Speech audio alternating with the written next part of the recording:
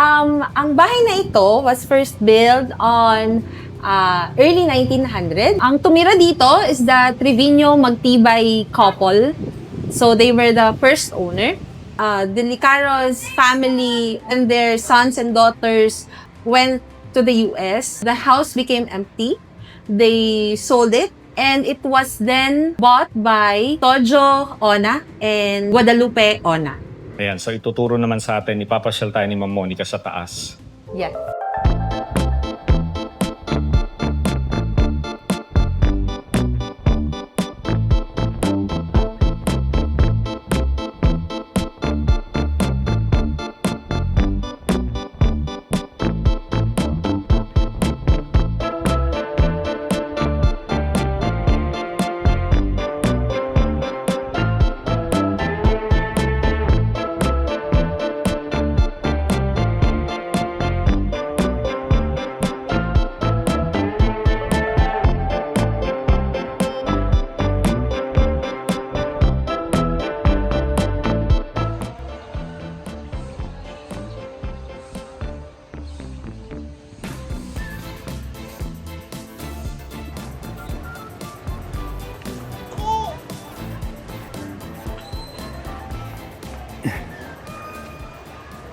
So pasok tayo ng simbahan.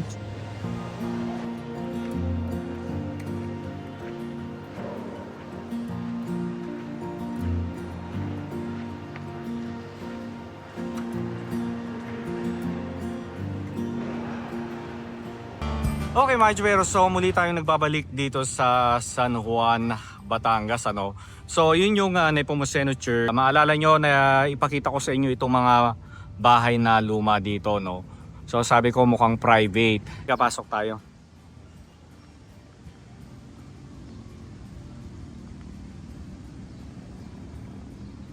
Hello! Good morning! Hello, Ma'am Monica. Good morning po sa inyo. Good morning. It's a pleasure to have you here po. Thank you so much po. Ang bahay na ito was first built on early 1900. 1900s. Yes. And it was owned by the Trevino. Ang tumira dito is the Trevino Magtibay couple. So they were the first owner. After them, it was Mayor Licaros who bought the house from them. Dito po sila nag-host ng kanilang mga parties that are attended by the government officials. When the Licaros family and their sons and daughters went to the US, the house became empty. They sold it and it was then bought by Tojo Ona and Guadalupe Ona, known as Mamay Ocos and Lola Luding. They are the third owner. The third, okay. Yes. Third owner na sila. Okay, Opo. so tour mo kami ma'am sa inyong Sure. bahay. Before, yung unang build pa lang ng bahay na to, these are all bedrooms. This is a bedroom, this is a bedroom, even the kitchen is a bedroom. They remodeled it. Tapos inopen na lang nila. Yes, No? para siyang French provincial. Yun yung design nila. Ang ganda. Imagine nyo, room siya dati. Tapos Yes. ito room din. So mas maaliwalas tignan ngayon, kasi open. Parang ang Yes. laki tignan ng bahay, Yes. They loved hosting parties. They love having guests here na just to show their hospitality and show them this house that they remodeled. So ito ba ay 100% original? O may mga pinalitan na? May mga pinalitan na po. So the flooring is original. Original, yes. The tile flooring, the wooden, the ceiling as well. And only the furnitures are changed. The painting of the house outside, that's changed. Before it was dark and Lola Luding wanted it lighter. Nung binili nila itong bahay, may mga gamit pa rin ba na naiwan? O most are bago na? Most of them are bago na. Bago na. This is the actual house. Oh, this one. It's this current house. Oh, nice.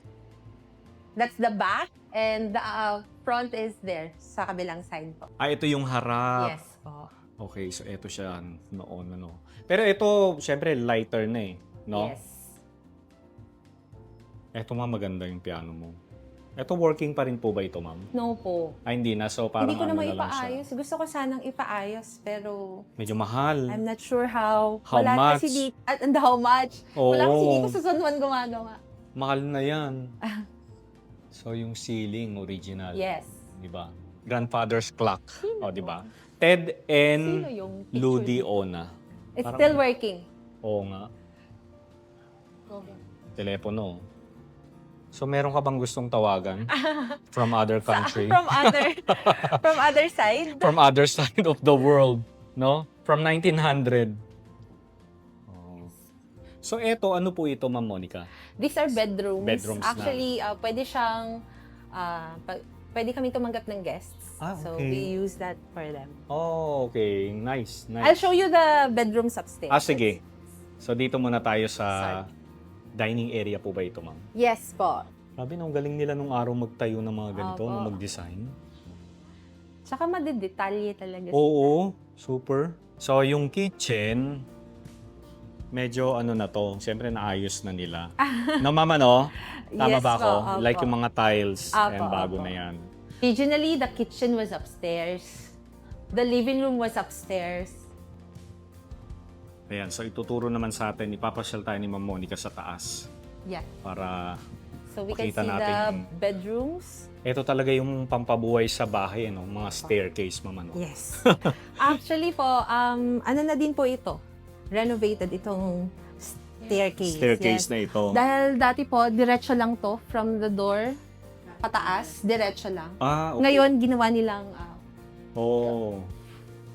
to, Pamahin ba tawag? I'm not really May, sure. parang may ganun, no? Siguro po, Dapat hindi siya facing sa, Yes. ano, no? sa Chinese feng shui, sa kanila, No? mahiin. No? Opo. Merong ganun, no? Oo nga, bago tong ano na to. So, nag-open po ito for guests. Yes, For- we can accept guests for accommodation, even events. Just small events po. Like, if you wanna have your prenups that are themed like this, so we can accept prenuptial shoots. We can accept small weddings, wedding events, or any occasion that will accommodate maybe 100. These are their Oo. family. I can show you their family. So Okay. these is the family, the current owner, the Ona family. The Ona. Saan pong bansa sila? I mean, saan talaga nakabase ang mga Ona family? So currently, they are based in the U.S. Oh, in the US. Okay.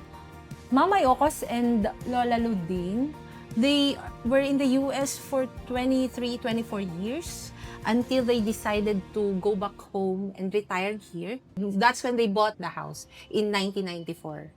Okay. And then they remodeled it to what it is today. So Mama Yokos and Lola Luding, they had 7 children. Children. 6 of them were boys, 1 daughter, and the daughter's name is Luella. Oh, That's why it's named Casaluela. Casaluela. Yes. Okay. Nice. So, nandito ba yung bumili ng bahay? Nandito sila sa bansa? O Well- nasa US na? Currently, Oo. sorry, they Okay. passed already. Okay. This is Mama Yokos family. I mean, Basilisa Marisigan. Diba? Okay, Sa area. dito yung dating kitchen.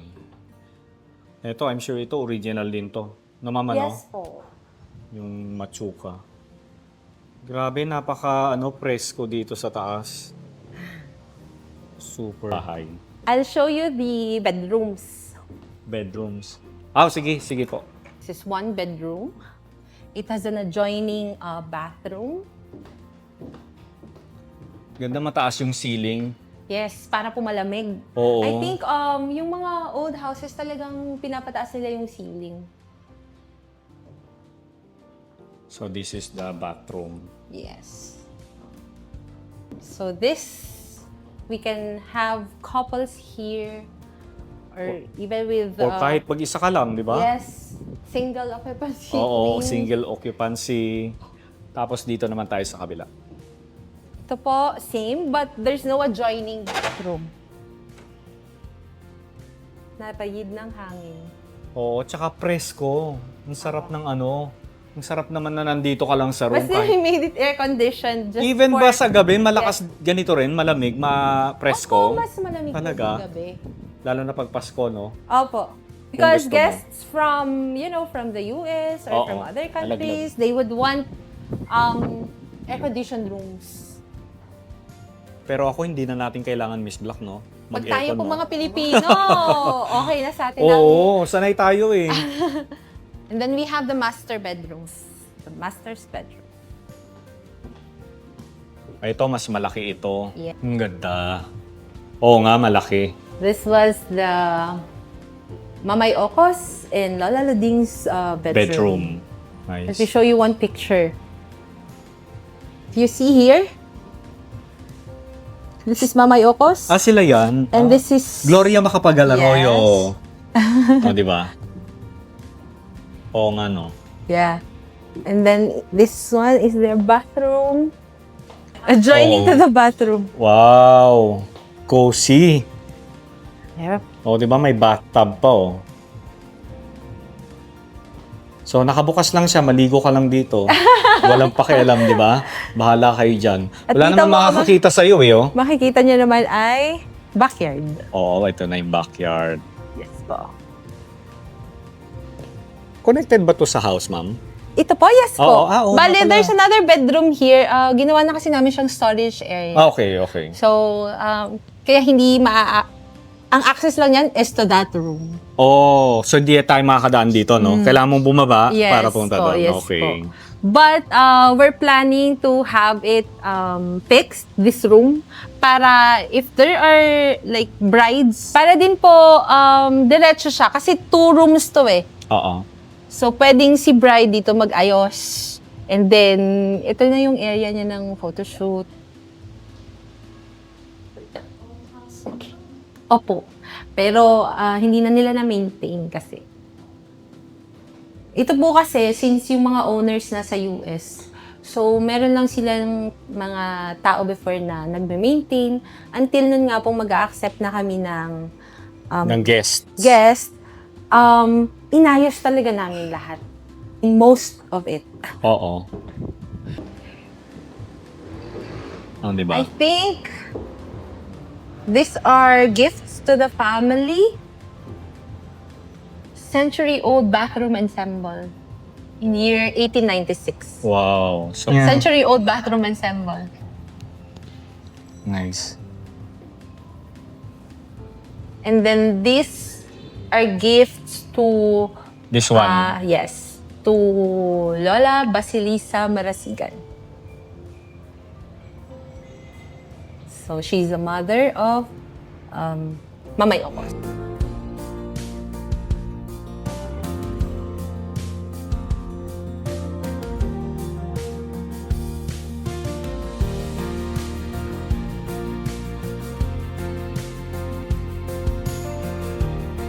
Masipag lang po mag-polish.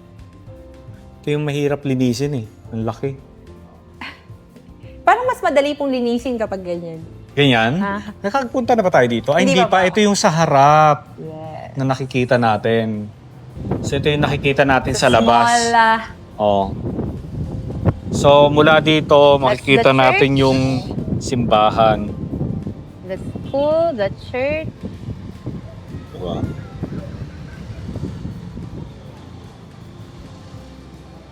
Nice, no? Oo. Hindi. Yun lang ang problema namin, mga kabag Oo. na nakatira. Sa tagal na nila dyan. Medyo tinampo na namin yung mga gamit na talagang... Na hindi na pwedeng Aha. mapakinabangan, no? Yes.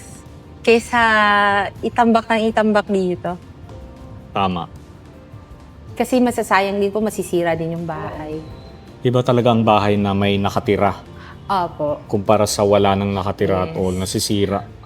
Pag umuwi sila, nila Mamay Ocos, so dito sila nag-stay. Dito na siya nag-i-stay. Tama. Kaya di ka na, baba na ulit tayo. Dito naman ulit tayo sa baba.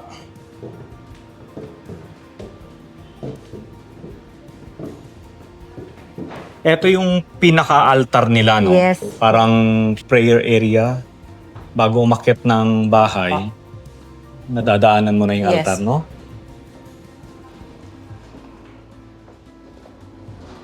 Tara.